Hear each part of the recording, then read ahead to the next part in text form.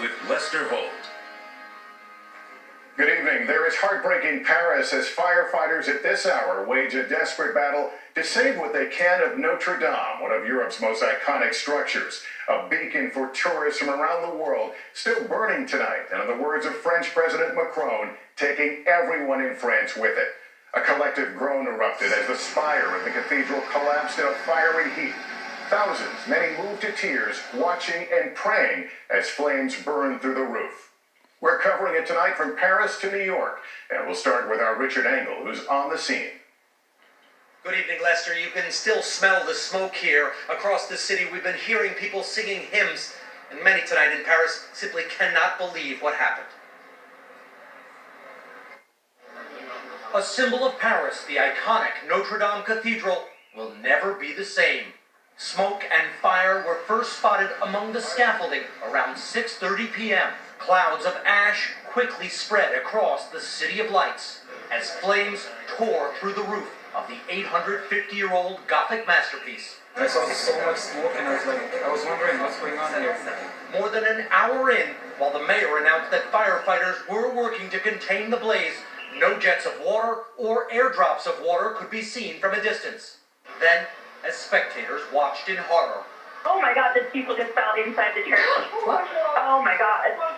The cathedral's towering lead and wood spire came crashing down, stoking the flames even more. President Trump first tweeted perhaps flying water cannons could be used, and that firemen must act quickly. There's probably no cathedral in the world like it. It's a terrible scene. Stunned onlookers gathered outside, some weeping, as flames poured out of this city's beloved church, one of the most famous tourist attractions in the world. Visited by 13 million every year, the flames appear to center around a section of the cathedral's roof near the nave of the church. As night fell over Paris, the fire kept raging. Crowds were ordered to stay back. All nearby roads were closed. Firefighters in a desperate bid to stop the fire, but losing. French President Emmanuel Macron visiting the site, calling it a national emergency. Tonight, French authorities have launched an investigation into the cause. According to French media reports, the fire could be linked to a $6.8 million renovation that was underway. This photo showing one of the 16 copper statues being lifted away for restoration last week. Tonight, a global treasure still on fire. Authorities trying to prepare the nation and the world, saying it's possible Notre Dame may not be saved. Tonight, church officials say the entire roof has been destroyed, but that the two front towers are structurally intact. French officials say they didn't airdrop water on Notre Dame because they say it could have collapsed.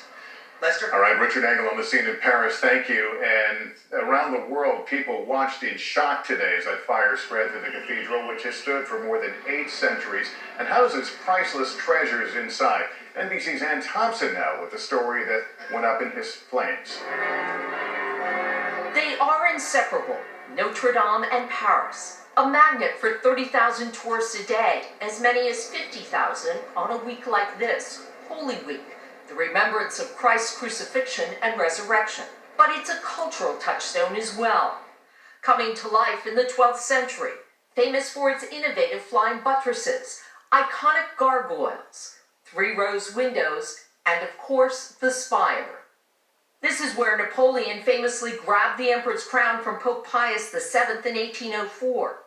A backdrop for American soldiers and French girlfriends during World War II. And home to Quasimodo, the fictional bell ringer of Victor Hugo's The Hunchback of Notre Dame. Who is the bell ringer of Notre Dame?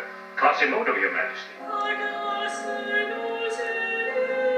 It is also where Paris wept, mourning in the days after the terrorist attack in 2015, which killed 130. Tonight, having survived revolutions and wars, Paris weeps again, this time for its beloved cathedral. New York's St. Patrick's Cathedral, like Paris's Notre Dame, is in the heart of the city.